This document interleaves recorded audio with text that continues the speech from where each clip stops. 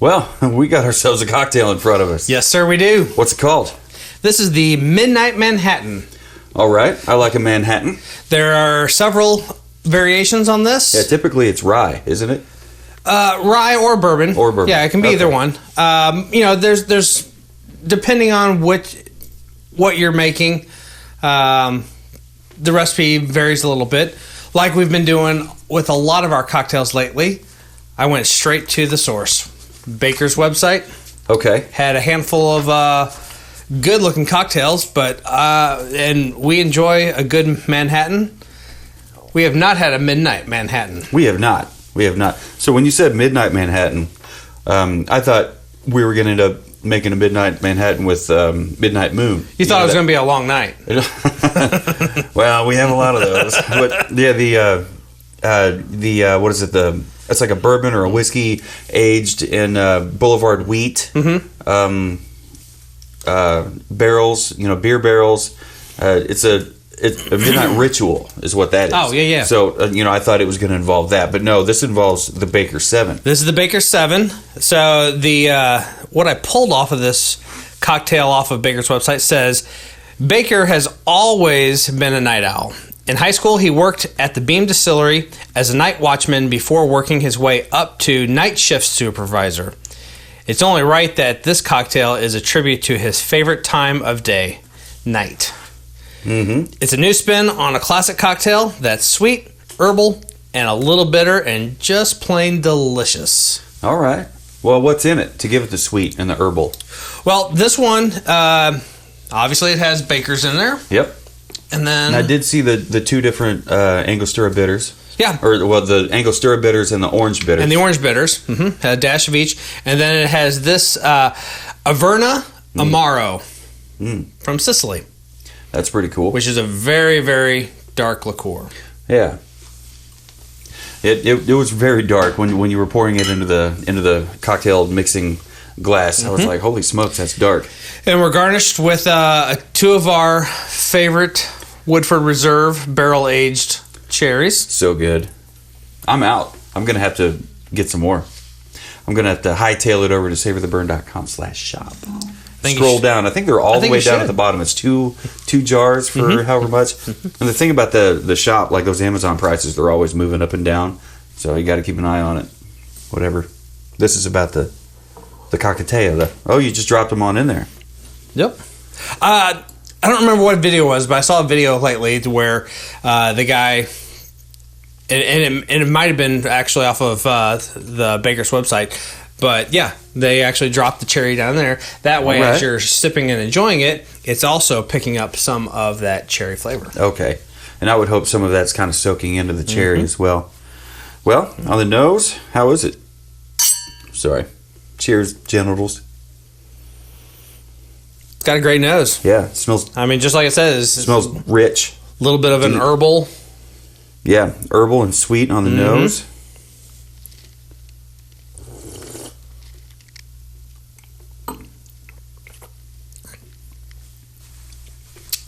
That's pretty tasty. Yeah, there's almost chocolate in there. Mm-hmm. There's no chocolate in it, right? But it's chocolatey, velvety smooth. Got a little bit of bite from the bourbon. Yeah, I'm not sure. Does the Baker's shine in this? It's a wonderful cocktail. Like first sip, absolutely wonderful. I'm just wondering if it showcases the bourbon like we like it to. Yeah. This called for 2 ounces of the Baker's and 1 ounce of the Amaro. And one dash each of those two bitters. Right. I feel like it could have used a couple more dashes of the orange bitters at least. The orange kind of disappears. The Angostura bitters, it doesn't take a whole lot for it to come forward. But the orange bitters, I feel like it potentially could have used a little bit more of that. But I feel like even though we've got a 2-to-1 over the Amaro, that Amaro comes through hot and heavy. It comes screaming in. Yeah. So good. Yeah. I'm almost... I mean, it's delicious. I'm almost done with my cocktail. It's very good. It's very, very good. Yeah, so we put this in a mixing glass. As we get in this, and as we kind of settle into a routine. I would like to see us maybe make some cocktails on the actual episode now that we're on video. Yeah, let's get another couple cameras in here and make that happen. Yeah. But, put it in a mixing glass, mix up, put all the ingredients in there. I usually just, put a bunch of ice in there and mix it up to chill it down to temperature. This time, actually not just this time, but I've started to do the large cubes in my mixing glass. Which that'll dilute it less. It dilutes it less, and it chills it down a little bit better too, because you got the large rock in there. So, yeah, a couple large rocks, stirred it to chill it way down. Our coupe glasses, we were not poops. We were not poops, because if you watch Bruzel, Bruzel says, "Don't be a poop, freeze your coupe." Bruzel doesn't say that. It's not Bruzel. Damn it. There's so many guys that we love out there. We love Bruzel, and we love the Thirsty Whale. Thirsty Whale, he's fucking nuts. He can make a fantastic cocktail. He shows some class. He freezes his glass. And he's not a poop. He's not a poop. He freezes his coupe. Yep, and so because of him, that's what we do. We freeze our coupes too. He also loves to put a little bit of saline in there, which, I'll get to that, but he puts a little saline in there to why? He says, what does he say? He says to make it pop! Yep. So I've bought a couple little glass bottles, and just this last week I got myself some coarse sea salt. Okay, and you're gonna make your own saline. I'm about to make my own sea salt saline. All right, so we can make our cocktails pop. I like how there's 2 cherries in there. Yeah. If you made this Savor the Burn style after only having half of a cocktail, do you think there's any updates to it you might do? Well, to me, it's got a mapley sweet. It's like pure maple syrup. It kind of is, yeah. It's got so much going for it. To give this a Savor the Burn twist to it, I think I will definitely be upping the orange bitters. I've opened, but I have not really started to use yet because I'm trying to finish my Agostero orange bitters, but I recently bought a new bottle to replace that. I've had that bottle forever, and so I'm getting down to the bottom of it. I bought myself a replacement because I don't want to find myself without any. Yeah. So went to the Savor the Burn store, and I picked up the Fee Brothers India Orange Bitters. Oh, okay. Have you opened it? Have you smelled it? I have. Absolutely have. Yeah, West Indian Orange Bitters. Yeah, smell that. All right. Wow, that's like it knocks you over. Peels. It's almost. I think it's almost way Fruity Pebbles. I think it's way stronger than the Angostura. Angostura orange bitters. It's kind of hard to pick up the citrusy, like the full citrusy notes. It is subtle because it's still got the Angostura in there. Yeah. That stuff, on the other hand, it's full citrus all the time, right in your face. Yeah, the Angostura bitters, and this is why my earlier comment, I feel like it needs more bitters in there. Because the Angostura orange bitters, I just feel like it takes a lot more. I am really excited to get into the Fee Brothers West Indian orange bitters because it's just, on the nose, it is so concentrated that I feel like it's going to offer a whole new level of orange and citrus. Or maybe do the orange peel. Does this ever happen with Manhattans where they do the orange peel, the swath? Oh yeah, do it around the edge. Yep. That might be cool to do, and then freeze your coupe because we're not poops. That way, it's like you're doing your work ahead of time. So way back when we did the High West, the High West with that double rye, Manhattan, we did those in the coupe glass, and we did a orange twist as the garnish we did an orange twist with a cherry garnish for there. So we got a little bit of that orange peel oils on that. Yeah, and I've been through 2 of those bottles, the High West double rye. Was it double? It was double rye. The double rye. I've been through 2 of those.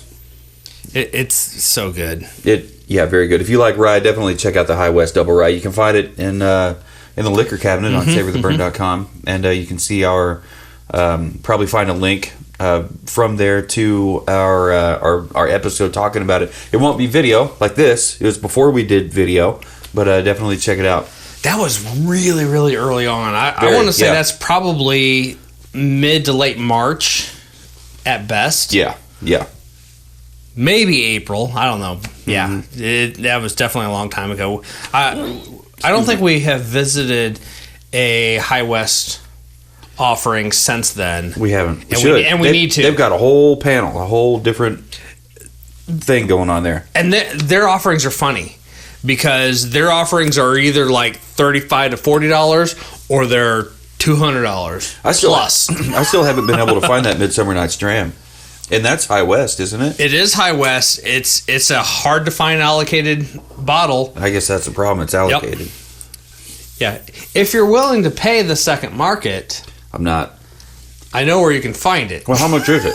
It's like $2.99. I'm not. I most certainly am not.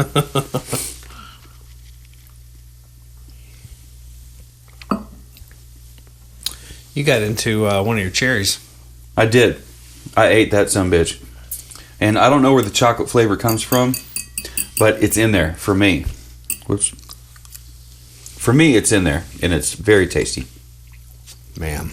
And you can't go wrong with these Woodford Reserve barrel-aged cherries. And to be fair, full transparency, Baker's website had a very specific type of cherry to use. I don't remember specifically what they said. Amarena? Oh, there we go. Cherries were good? What the hell does that mean? It's a name brand. No, okay. All right. So, is it Luxor? The Luxorado cherries is a common one. Yeah, I think Whiskey Tribe did they brewed a whiskey or whatever using all the juice from those cherries. The juice out of these, because they use them in their bar. It's fucking amazing. Mm-hmm. Yeah, I have a jar of it in my fridge at home. I don't know what to do with it. I don't always do it, but mix up the Savor the Burn style old fashioned, and if you pour a little bit of that juice in there, and then do your final use that as your sweetener instead of syrup or sugar. Oh, I still did my bar spoon of Demerara, and then just a little bit of that Woodford cherry juice. That Demerara, so good, so good. Demerara simple syrup, easy to make, even easier to throw in a cocktail. Have you been writing yet? Yeah. I wrote. I need to get on this. I wrote. While you're busy working on your notes, I'll just tell what I wrote for the little synopsis here. I say a velvety smooth cocktail that's sure to be enjoyed by friends and family. Let me put on here. The end. It's just good. It's great. It reminds me of the richness and the sweetness of it. It reminds me of the Von Payne Old Fashioned. It's not in the same ballpark as far as flavors go, but with it just for whatever reason it reminds me of it. And speaking of Von Payne, I love how every time we post anything about Von Payne, they react to it and they might even share it in their story. Like they're so cool. Yeah, what a great company. Small business, man. Yep, that's where it's at. Well, even some of these bigger businesses, like Jim Beam, has reacted to our posts and left replies to our comments, and they haven't put us on their stories. Yeah, and not that long ago, just a few weeks back when we did the Ghostwood. The Ghostwood, those people they came through too. They jumped on it rather quickly. They said that we're worth a listen. Yep. Of course, cheers to you, sir. Yeah, absolutely, ma'am. Ma'am, sir. I'm a lady. It's ma'am. Yeah, obviously they didn't listen to the part of the episode where we were giving them hell for their barrel proof. How it's just a label, it's just a sticker, put on top of the already labeled bottle, and how it's crooked. They should send us an email. Yeah, they should. With some information. Yeah, if they want to send me the hate mail because I was the one talking mad smack, it's Jonathan at savortheburn.com. What I need to do is do a little bit of research, figure out exactly where in Manhattan. Got Manhattan on the mind. Right. Where exactly in Montana they are located. Oh, and go visit. Because this August, I will be on the bike. Yep. Going to Sturgis. Sturgis bound. And Montana is right around the corner from Devil's Tower and that whole area. Mm-hmm. And if they're within an hour or so from there, I'm going to make my boys take a ride. Yeah, who you got in your riding crew? Our good buddy, your little motorcycle riding club.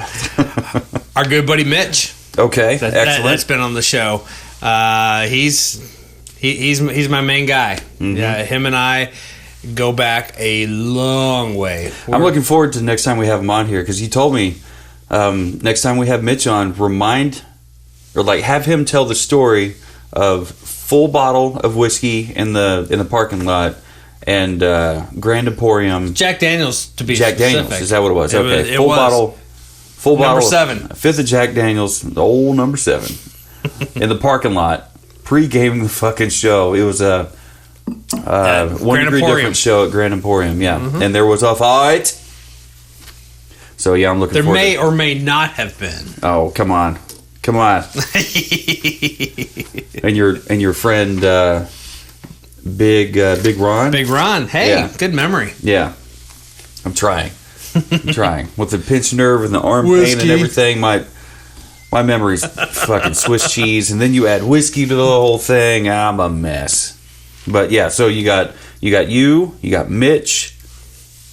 Who else you got? Just the two-man wrecking crew? No. Well, we definitely have a wrecking crew. Okay, all right. Now we got more than 2 guys. We actually have a couple Daves.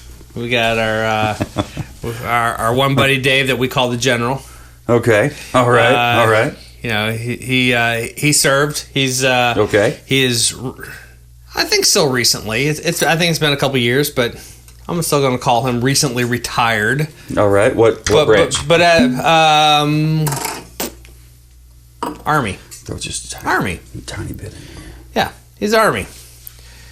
But I need a little bit more, please. Well, then you tell me when. Oh, that's probably good. All right. But we call him General, just because. All right. He's General. Well, to the General and those to you that serve and have served. And many more, but... Yeah, definitely. Just real quick, thank you for your service, for sure. I see what you did there. I see what you did there. I took me a minute. I was like, all right, yeah, I could use a little bit more. And yeah, like, I wasn't going for the extra pour. I was just going for the toast. I love it. Sometimes these things are on the fly, and I think that somehow people can actually hear what's going on in my head, but nobody can.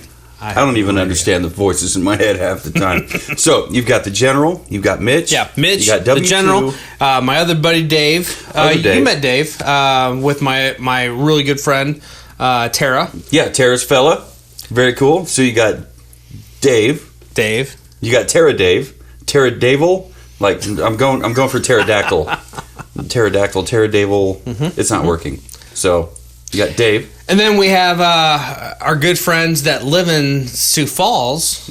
Okay. That have the big toy hauler that they pack up and basically just drive it across state to Sturgis. Okay. Tom and Cindy. So you got Tom. See, who else? We got our buddy Roy. All right. What does Roy do? What makes Roy so special? Roy is a retired Marine. I guess I should have lumped those together, shouldn't I have? Yeah, that's all right. We toasted to him. Thank you. Got you. And his lovely wife, Angie. All right. Mitch's cousin. Oh, wow. Small world. And as a result, all right, we kind of nicknamed Roy Cuz. C-U-Z. Okay.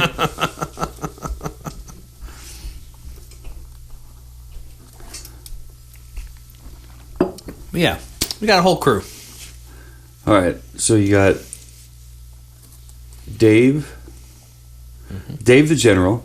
Dave the General. Dave. We got Dave Whitlow, who is he's had a couple nicknames over the years. You got Cuz Heavy Roy. D, I guess is Heavy. one. Heavy D. Okay. I don't know why that's funny. All right, so you got oh shit, and the two from and Tom and Cindy.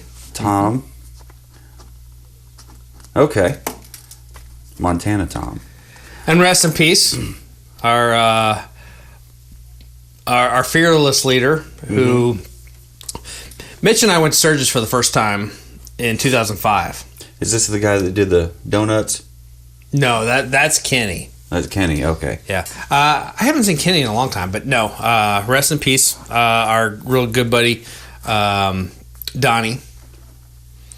He is the one who took Mitch and I to Sturgis for our first year in 2005. All right. And that particular year, 2005, Mitch and I's first year, that was his like 23rd or 24th year in a row. Wow. And then you add all the years after that. Yeah. And so as you're out there on the campgrounds, first drink of the night, to the ones that can't be with you, you pour a little bit out. Donnie's in that list. Donnie's definitely in that list. Very cool. Yep. Very cool. Your first run in 2005. Actually, people on the camera can't see this, but if you look over here to my painting over here. Yes. So left to right, you have Heavy Moose. D. Oh, Dave Heavy Whitlow. D. Okay. You have the General. All right. You have Donnie. All right. You have me. Uh-huh. And then you have Mitch. Okay. All right. And where was that? That next to a lake? That is next. That a river? That is next to a lake up in the Black Mountains. Okay. All right. Black Hills. Better get that finished. That has been sitting there forever. I started that. I don't even remember. I'd have to look back through photos and whatnot to figure out when I actually started that. I'm ashamed to say that has been sitting on the easel way too long. Part of it being that there's something about the state that painting is in that I really love. And, I know you don't know most of the guys on here, but Mitch on the end, the short time that you have known Mitch, can you see Mitch in that really rough outline that I've got there? Yeah, I think I can. Can you see me?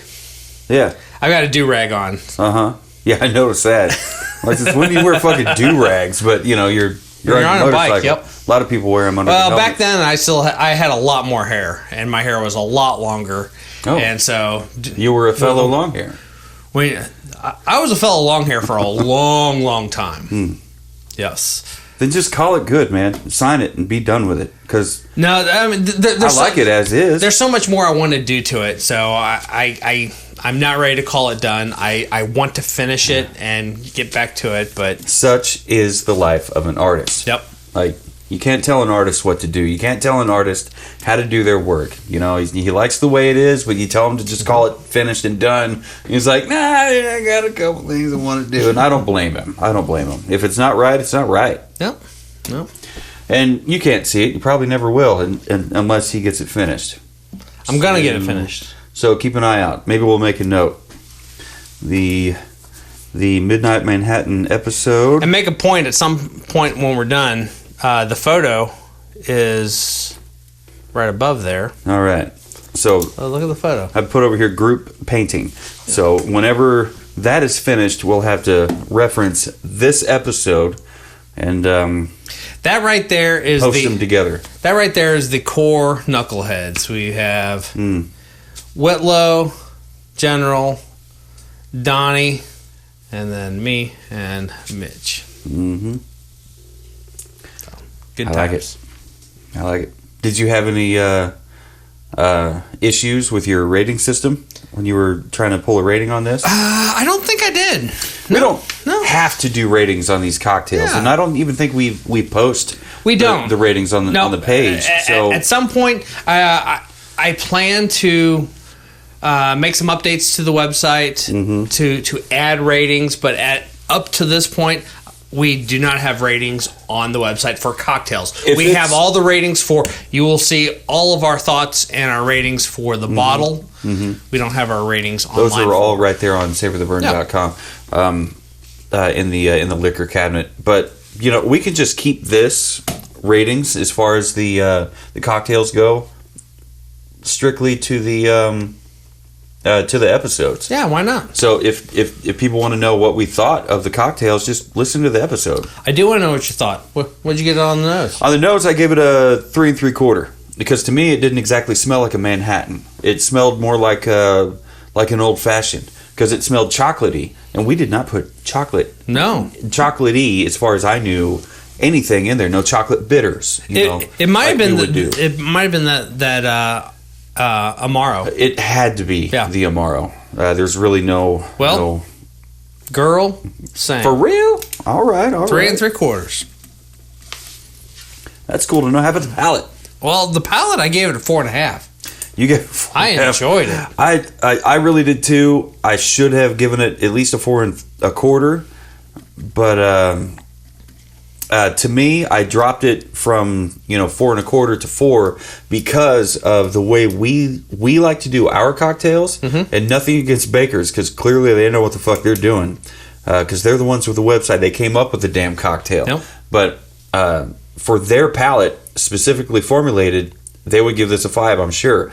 But for us in the Savor the Burn style, the way we do things, we like to let the spirit of choice shine. True story. Yep. So it didn't quite shine. It did not. To me, it got lost. This spirit should not get lost at all. So back that to spirit needs to shine. So back to that point. I already said that I would up the orange bitters in there, or switch orange bitters. Yeah, but in addition to that, I think instead of a full ounce of the Amaro, I think I would. I don't want to. I don't think it needs anything drastic, and so I think it doesn't. Dropping that to a 3 3/4 of an ounce instead of a full ounce might be just all it needs. Yeah, get a little bit more citrus note in there. Dropping the Amaro down just a little bit so that Bakers can shine a little bit more.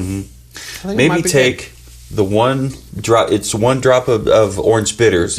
Maybe you throw 2 in there, right? Oh, 100%. But one drop.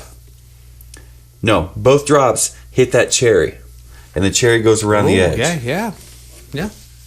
Before it gets dropped in there as the garnish. I see where we're going with getting it. Getting out of hand here. Crazy. So crazy. Did I tell you what I gave it on the palate? No, you did not. I gave it a 4. I gave it a 4 because of it was disappointing to me that this amazing Baker 7, this rock star of a bourbon, didn't really get its spotlight, didn't get center stage, didn't get its time to shine. Did you notice that after a couple neat pours and a couple cocktails, we're not half a bottle down, but we're 2/3. We're 2/3 at least. We're a third. We're a third. A third down. We've got 2/3 left. Yeah. Stupid whiskey. On the finish, I gave it a 4. I kept it at a 4. I gave it 4 1/4. 4 1/4. Okay. There was really nothing that necessarily wowed me about the finish, but it was a great finish. All the herbal notes of the Amaro that mixed in there with the bitters, a little bit of that 107 that we're getting from the Bakers. I think also kind of helps carry it through the finish. I enjoyed it. So on the palate, when I said that the Baker 7 didn't get its real due diligence, if that's the right term, it didn't get its real chance to shine. I do want to say that it is present. Yes. It is present all throughout the palate, and it is present all throughout the finish. So I was happy about that. So that's why I kept it the same, the finish and the palate both the same at 4, because what I love about the cocktails that you end up making, especially if you do it Savor the Burn style, everything, when it is Savor the Burn style, the spirit shines, and everything else, is backup singer, right? So everything else is noticeable. It's there. It's fairly balanced. And so, unless it's not, and it's totally fucked, and we're like, okay, back to the drawing board. But, so this one, that's how it was on the finish for me. Everything that got lost on the palate showed up in a balanced, even form on the finish, which is probably what Baker's was going for. And I don't fault him for that at all.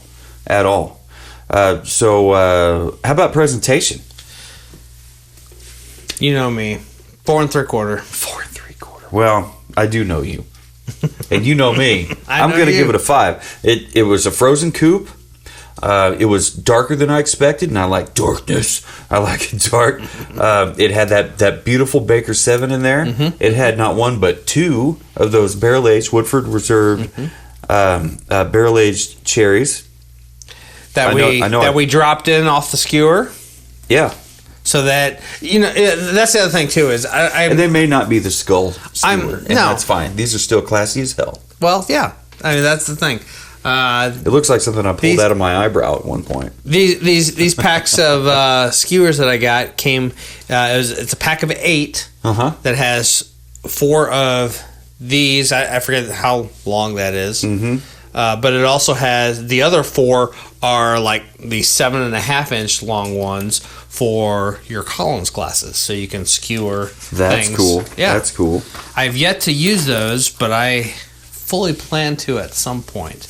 I was going to say with this, I feel like first off, I feel like the quality of the just bourbon. In case you were wondering, these are 4-inch skewers. All right, so there you go. Every square on here is a 1/4 inch. So if those are 4, then the other ones are 8. Oh wow, okay. So 8 would be best in a Collins because they're a tall skewer. Right. Yeah. You can skewer some fantastic garnish on top of those. Yes, as you were saying. Yeah. No, I was just saying. So I feel like when we do cocktails here on Savor the Burn, first and foremost, we like the spirit to shine. We want the spirit to take. We don't want front it to get stage. lost. Right. We don't want it to get lost. That is our objective. The other thing that and then with that, we kind of expect the cocktail to go somewhere new, bump up, elevate, evolve. And so, if this is a 9, we kind of want it to shine and become something more in a cocktail if it's going to be worthwhile. It's like this great girl that you know, and then you see her in a dress, and like, damn, she cleans up nice. Right? It's if the cocktail, the work that you put into the cocktail doesn't make it better than the spirit by itself, then why not just drink the fucking spirit by itself? And you gave this an 8 1/4 neat. I gave it 8 3/4 neat. I gave it a 9 1/4 neat. If we have a spirit that we feel really, really good about, this cocktail it's starting off on the right foot. I would agree with that. Definitely. For whatever that's worth. Because we haven't got to our final score yet. What was your final score? 8 5/8. 8 5/8. You know what? We are not. What is that? 625? 625. Yep. Which is just an 1/8 of a point off of my neat. My neat was 8 3/4. Yeah. So I'm at 8 3/8. So we're not far from each other. We both really liked it. But it wasn't. No, it's a great cocktail. Neither one of them were a 9. So we it could use a little bit of work. It could use a little Savor the Burn style thrown at it. I guess I have some homework. But it's still, like I said, a velvety smooth cocktail that is sure to be enjoyed by friends and family. The end. .com. Make it pop. Maybe that's what it needs. It needs a little saline to make it pop. I mean, you're not wrong. I don't think. Yeah. I really. It had the sweet. It's got sweet. It's got herbal. It did have herbal. It needs some pop. Yeah. It needed a little bit more of that citrus. When I tried a little tiny bit, whatever was left in that jigger of the Amaro, it really did taste herbally. Yeah, and like I said, I think this Amaro was just a little bit too strong-handed for 107. Maybe a different Amaro. You know, a Stag, a Booker's, which is 134 proof, whatever that is, probably would be okay with that. The Baker's 107. Or maybe something. Our Amaro's just a little too strong. Maybe something with a lot of rye in it, like that High West double rye or the Basil Hayden dark rye. Something with a lot of rye in it would help balance out that. Something like the peppery spice would really help balance. I got out some ryes back here that those Seagrass, the Seagrass Gray Label. Seagrass, yeah. And we haven't gotten into it yet. Just be careful how you open the fucking box. You and I both accidentally almost fucking dropped. Almost dropped it. We have not gotten into it yet, but I am super, super excited because one, it's local, and two, it should be phenomenal. But I have a bottle of the Union Horse 10-year rye, and it's like upstairs. It's over here. It's behind me. Okay. Yeah. We'll get to that. Yes, we'll get to that. It's like 127, 130 proof. It'd be perfect for a Manhattan. That's Manhattan wheelhouse right there. Yeah, right there. And I don't care if we've done we've only done a couple Manhattan. I think we've done two Manhattans. This makes a third Manhattan variant. We might have to do a Manhattan that night. Yeah, that's gonna be a rye night. I've actually got 3. Is it? I've got 3 ryes planned for that night. Okay, all right. Well, I'm down for the challenge. Do you have any closing thoughts on this? It's a great cocktail. I'm going to play with it. I'm going to tweak a few things. Well, you don't have much bottle. We're almost halfway through it. Well, we're going to have to hunt. I would like that. I would like that very much. Let's do it. Absolutely. Well, thank you for listening to this or watching this episode of the, probably bonus episode of this Savor the Burn podcast. We're always happy to have you. Please follow along, hit like and subscribe on all things whiskey, on all things social and all things podcast related. Drop us comments, send us emails, all the things. And always remember, no matter what you're drinking, no matter who you're drinking it with, never forget to keep on burning.